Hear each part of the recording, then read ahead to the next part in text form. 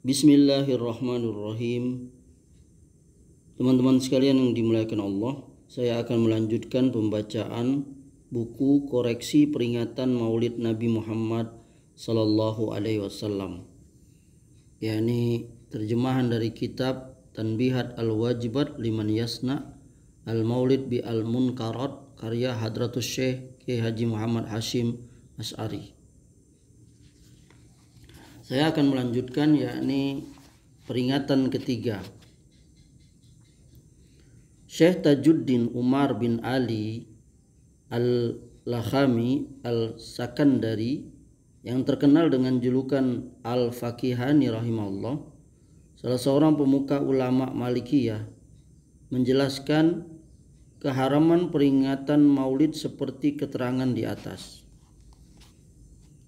Al-Faqihani berkomentar dalam kitab yang berjudul Al-Mawridu fil Kalami alal Maulidi.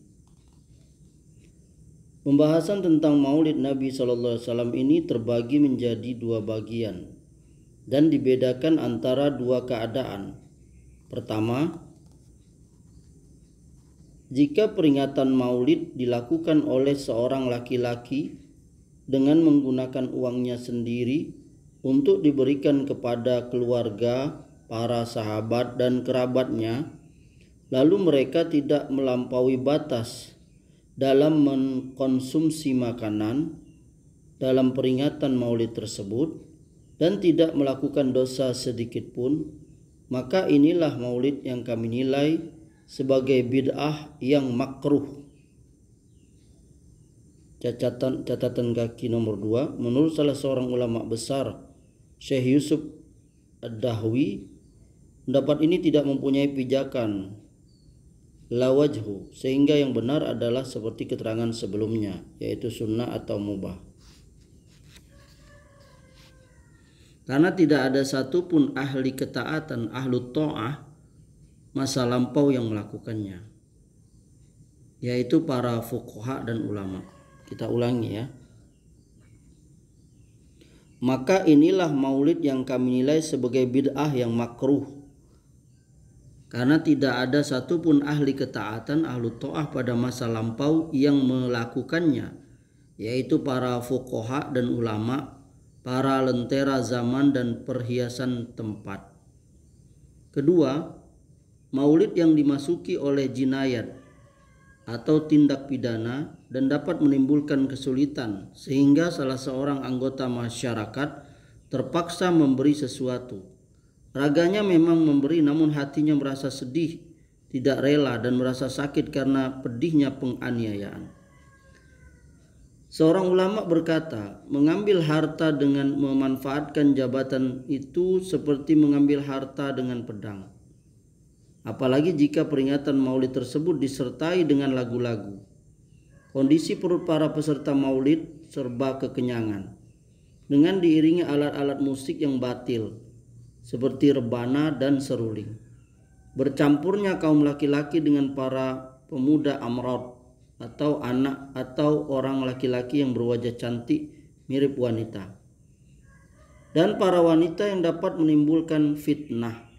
Mereka saling berbau dan saling melihat, berjoget dengan bergoyang-goyang maupun berlenggak-lenggok, tenggelam dalam permainan dan melupakan hari kiamat. Demikian juga dengan kaum wanita.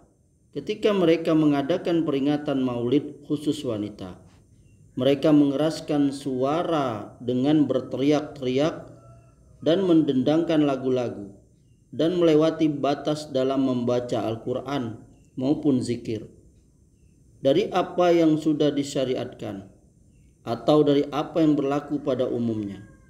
Semua ini adalah peringatan Maulid yang tidak diperselisihkan lagi keharamannya oleh siapapun.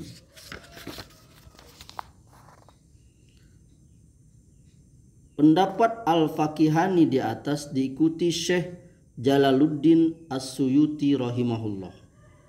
Maka sesungguhnya Imam As-Suyuti berkomentar setelah pernyataan Syekh Tajuddin Al-Faqihani di atas.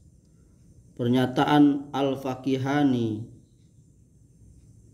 yakni wasani ilal akhirih, yakni penjelasannya tentang peringatan Maulid bagian kedua, pernyataan tersebut adalah pendapat yang sahih. Hanya saja sesungguhnya pengharaman di sini hanya dari segi-segi perkara haram yang terkumpul atau terjadi pada suatu peringatan Maulid, bukan dari segi berkumpul untuk menampakkan syiar Maulid Nabi Shallallahu Alaihi Wasallam. Catatan kaki nomor 3. Intinya Imam As-Suyuti tidak mengharamkan peringatan Maulid Nabi Sallallahu Alaihi Wasallam yang bebas dari hal-hal yang diharamkan selama berlangsungnya peringatan Maulid tersebut.